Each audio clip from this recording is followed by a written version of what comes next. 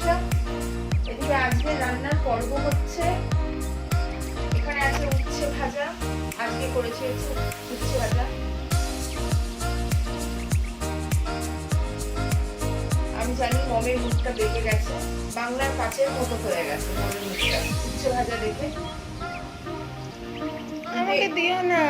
ওই তো সাইরেন বেজে গেছে, বুঝেছেন? আমাকে দিও না, সাইরেনটা বেজে গেছে। অতগুলো দিও না, অতগুলোও দিও না, দিও না। গরমকালে এসব খেতে হয় না আমি খাবো না। আমার আমার পক্ষে কোনো রকম ইয়ে হয় না। আমার স্কিনে এমনিও কিছু নেই, আমি খাবো না। তিতো সবকিছু শরীরের পক্ষে উপযোগী, তিতোটাও উপযোগী। না তিতো উপযোগী না। যাই হোক, এই তিতো নিয়ে এখন আমাদের মামের মধ্যে আর্গুমেন্ট চলছে, কিছু করবার নেই। আচ্ছা, সাথে আজকে করেছি হচ্ছে উচ্ছে ভাজা, তো দেখালামই। করেছি হচ্ছে আলু ভাজা, একটু আলু ভাজা করে ফেলেছি। আর এখানে আছে হচ্ছে চিকেন পকোড়া। আর ঝোল করতে ইচ্ছে করলো না, চিকেন গুলো এই যে বোনলেস ছিল, তাই একটু চিকেন পকোড়া করে ফেলেছি।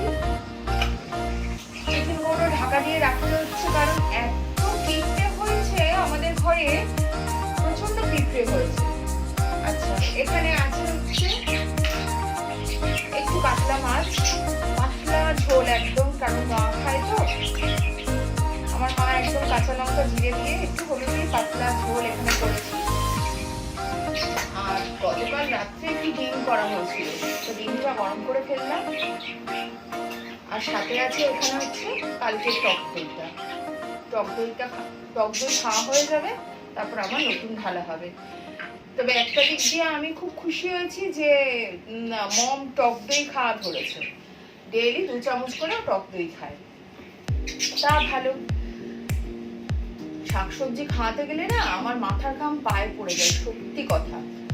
মানে সেই পারলে মানে গাল টিপে ওকে গলার মধ্যে ঢুকিয়ে দিলে ভালো হয়। তাহলে আজকের ব্লগটা এখানেই শেষ করছি। আশা করি আপনারাও দুপুরবেলা খাওয়া দাওয়া সেরে নিয়েছেন, কিংবা আমাদের সাথেই খেতে বসেছেন। আর যদি খেতে না বসেন তাহলে চলুন সবাই একসাথে মিলেই খাওয়া দাওয়াটা করে নিই। সকলে ভালো থাকবেন, সুস্থ থাকবেন। আর যদি আজকের ভিডিওটা আপনাদের ভালো লেগে থাকে তাহলে একটা লাইক করবেন, কমেন্ট বক্সে কমেন্ট দেবেন, আমি অবশ্যই ফিডব্যাক দেবো।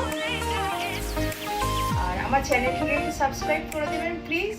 সকলে ভালো থাকুন, সুস্থ থাকুন, বেশি করে জল খান, কারণ আমরা যদি ভালো না থাকি তাহলে আমাদের পরিবারকে কে দেখবে?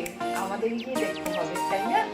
চলুন আজকের মতো তাহলে ব্লগটা শেষ করছি। আবার দেখা হবে আপনাদের সাথে নতুন কোনো ব্লগ নিয়ে।